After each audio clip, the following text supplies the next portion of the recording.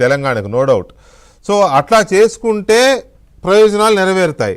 కానీ బీఆర్ఎస్ చూస్తూ ఊరుకుంటుందా? చంద్రబాబు నాయుడు ముఖ్యమంత్రిగా, రేవంత్ రెడ్డి ముఖ్యమంత్రిగా ఇద్దరు కూర్చొని కేంద్ర ప్రభుత్వం యొక్క జలవనరుల శాఖ మంత్రిలో లేకపోతే ఆ కమిటీ ఇంకెవరో ఉంటారు కదా అధికారులు, వాళ్ళు కూర్చొని దీనికి ఒక సొల్యూషన్ తీసుకుంటామంటే మీరు చూస్తూ ఊరుకుంటారు? అది రగులుతూ ఉంటేనే కదా మనకి రాజకీయం. ఎవరికైనా, అక్కడ జగన్కైనా ఇక్కడ మనకైనా ఎవరికైనా అది రగులుతూ ఉండాలి కదా సార్. ఇప్పుడు రగల్చటానికి ప్రత్యేకంగా దానికే మంటలు తయారు చేసే అవకాశం కూడా లేదు. వాస్తవానికి ఏంటంటే సామరస్యంగా మాట్లాడదామని చెప్పానంటే దానికి ఎవరు కూడా అభ్యంతరం చెప్పట్లే. మాట్లాడాలనే ఆలోచన మీకుండి ఒక అడుగు ముందుకేసి మీరు చేసిన ప్రయత్నం ఏంది 2 సంవత్సరాలు అనేది కూడా ఆలోచించుకోవాలి. ఈ తెలంగాణలో కట్టిన ప్రాజెక్టుల మీద కానీ, కట్టబోయే ప్రాజెక్టుల మీద కానీ, కట్టే విషయంలో కానీ వివక్ష జరిగిందనే ఉద్దేశంతోనే తెలంగాణ ప్రత్యేక రాష్ట్రంగా సాధన చేసుకోవాలనే ఉద్దేశంతోనే ప్రత్యేక రాష్ట్ర ఉద్యమం మొదలైంది. 1960లో కూడా అసెంబ్లీలో ఆనాటి నాయకులు అసెంబ్లీ సమావేశాలలో నీటి విషయాలలో తెలంగాణకు జరుగుతున్న విషయాల వివక్ష మీద అనేక సందర్భాలలో మాట్లాడి 1960లో మాట్లాడిన నాయకుల ఉపన్యాసాలు కూడా ఈ రోజుకి అసెంబ్లీలో ఉన్నాయి. దానికి అనుగుణంగానే ఈ రోజు జరిగిన తర్వాత 10 సంవత్సరాలలో విభజన చట్టం ప్రకారం కొత్తగా ఏర్పడ్డ 2 రాష్ట్రాల మధ్యలో ఉన్న విషయాల్ని పరిష్కరించుకోవాలని చెప్పేసి ఆ రోజు కేంద్రం ఒక షరతు పెట్టింది. దానికి అనుగుణంగా ఈరోజు అధికారంలో ఉన్న కేంద్ర ప్రభుత్వం 2 రాష్ట్రాల మధ్యలో వస్తున్న ఇటువంటి విభేదాలని పరిష్కరించడానికి చొరవ చూపించింది ఎక్కడ లేదు. దీన్ని ఇంక కొద్దిగా ఇటువైపు కానీ అటువైపు కానీ వీళ్ళని రెచ్చగొట్టు విభజించు పాలించనే సిద్ధాంతం మీద ఈ రాష్ట్రాలు ఇద్దరు కొట్లాడుకుంటే మాకు లాభం అవుతాననే ఉద్దేశంతోనే కేంద్రం కూడా మెతక వైఖరి మౌనం వహిస్తుంది, పెదవిప్పట్లేదు తప్ప ఈ రోజు నిజంగా అటు చంద్రబాబు నాయుడు గారు చెప్పినా ఇటు రేవంత్ రెడ్డి గారు చెప్పినా ఒక మంచి వాతావరణంలో మాట్లాడుకునే సమస్యను పరిష్కారం చేస్తామంటే ఎవరికి అభ్యంతరం? ఎవరు కాదనగలుగుతారు? ఇక్కడ ఎవరు చదువుకున్నోళ్ళు కాదు, మేధావర్గం ఎవరు కాదు, నీటి రంగం మీద మంచి నిపుణులు ఎవరు లేరు. కాబట్టి ఇది మంచి మేలు జరుగుతుంది. అటు ఆంధ్రాకి నష్టం జరగకుండా, తెలంగాణకు నష్టం జరగకుండా, ఈ రైతాంగానికి మేలు జరిగే విధంగా, ఆ రైతాంగం నష్టపోకుండా ఉండే విధంగా సామరస్యంగా ఏదైనా చర్చలు జరిపి ముందుకు పోతామనంటే రేవంత్ రెడ్డి గారు అట్లా చేద్దామని అంటే మాకేం అభ్యంతరం? చంద్రబాబు నాయుడు గారు ముందుకొచ్చి ఇట్లా చేసుకుందామనంటే మాకు అభ్యంతరం ఏముంది? మా ప్రయోజనం తెలంగాణ రైతాంగానికి, తెలంగాణ ప్రజానికానికి మేలు జరగటం కంటే మరో ప్రయోజనం మాకేంటి అభ్యంతరం? మలయాద గారు, మాకేంటి అభ్యంతరం అనేది చాలా బాగుంది నిజానికి. ఇది ఒక మంచి డెమోక్రటిక్ పొలిటికల్ దీన్ని మనం స్వాగతించాలి. అయితే ఇక్కడ ప్రాబ్లం ఏంటంటే ఇప్పుడు వాళ్ళు ఏదో బనకచెర్ల అని ఒకటి బయటకు ఆలోచన చేశారు. ఆలోచన చేసి వాళ్ళే పెన్సిల్ పేపర్ తీసుకున్నారు, ఏదో గీతలు గీశారు. అంతే అంతే. తెలంగాణలో భగ్గున లేచింది మంట. అక్కడ ఒక్క నిమిషం వాళ్ళు పెన్ను పేపర్ పట్టుకుని గీతలు గీసుకున్నారు. ఇక్కడ నుంచి ఇట్లా పోతే, ఇక్కడ నుంచి ఇట్లా పోతే అని బనకచెర్ల దాకా అని ఏదో గీసుకున్నారు.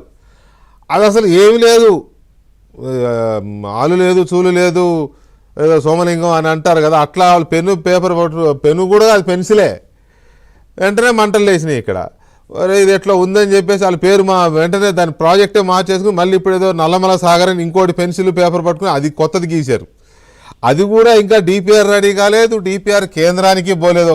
అది ప్రతిపాదనల స్థాయిలో ఉండగానే రేవంత్ రెడ్డి మొత్తం దోచిపెట్టేస్తున్నాడు. రేవంత్ రెడ్డి మొత్తం తెలంగాణ తీసుకుపోయి చంద్రబాబు నాయుడు దగ్గర పెట్టేసిండు. ఇది కదా రోజు మనం కొట్లాడుకుంటున్నది. మంచా చెడా, అబద్ధమా నిజమా, నేను ఆ జోలికి వెళ్ళడంలా. అక్కడ ఏమీ లేకుండానే కొట్టుకొని చేస్తుంటే రేపు పొద్దున చంద్రబాబు నాయుడు రేవంత్ రెడ్డి కూర్చొని ఆ కేంద్ర మంత్రి దగ్గర సమక్షంలో కూర్చొని బయటకు వచ్చినాక ఇక ఏం మాట్లాడుకున్నారో ఇద్దరు, ఏం చేసి పెట్టిండో రేవంత్ రెడ్డి మొత్తం 2 నదుల్ని తీసుకుపోయి చంద్రబాబు నాయుడికి ప్రామిసరీ నోటు కింద రాసిచ్చిండేమో అని ఈయన, ఇక్కడ మీరు, అక్కడేమో చంద్రబాబు నాయుడు రేవంత్ రెడ్డికి మొత్తం ప్రేమతోని ఆస్తులన్నీ రాసిచ్చిండేమో, ఆంధ్ర ఆస్తులని అని జగన్. ఇట్లా ఉంటుందేమో అని ఒక ఆలోచన, ఒక భయం. మీరు అన్నంత సాఫ్ట్ ఉంటుందా? అయితే మా విషయం కొద్దిసేపు పక్కకు పెడదాం.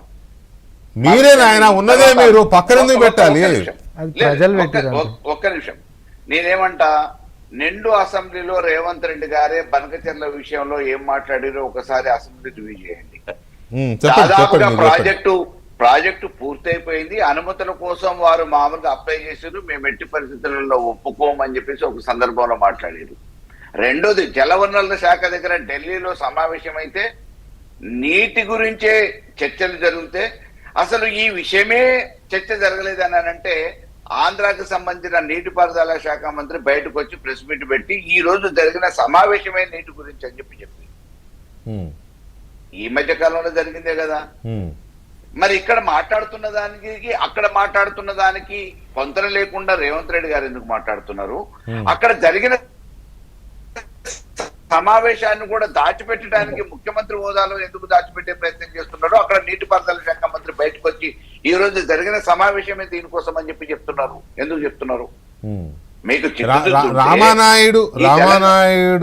రామానాయుడు గారు అంటే ఏపీ నీటిపారుదల జలవనరుల శాఖ మంత్రి రామానాయుడు గారు చెప్పిన మాటలు, అది మాయాబజార్ సినిమాలో ఒక అర్థం మీద ఉంటుంది డబ్బా, అది మూతది చూస్తే కాదండి. అది మాయాబజార్ సినిమాలో అంటే నిజంగానే భారతంలో అది ఇట్లా ఒక చిన్న డబ్బా ఉంటుంది, అది తీసి చూస్తే లోపల అర్థం ఉంటుందంట.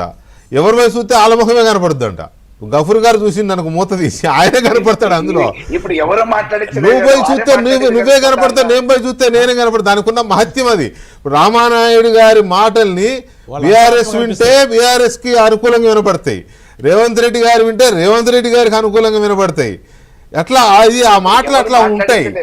ఆయన చెప్పింది ఎస్, ఇది ఇరిగేషన్కి సంబంధించిన విషయమే, కాకపోతే అది ఆంధ్రప్రదేశ్ యొక్క సాగునీటి ప్రయోజనాల గురించి మేము మాట్లాడామని ఆయన చెప్పాడు. తెలంగాణ ప్రాజెక్టుల అంశం చర్చ ఒక్క మాట సార్, నేను ఫాలో అవుతాను కదా మీలాగరే. తెలంగాణ ప్రాజెక్టుల ప్రస్తావన రాలేదు అని చెప్పి రేవంత్ రెడ్డి గారు చెప్పినాడు.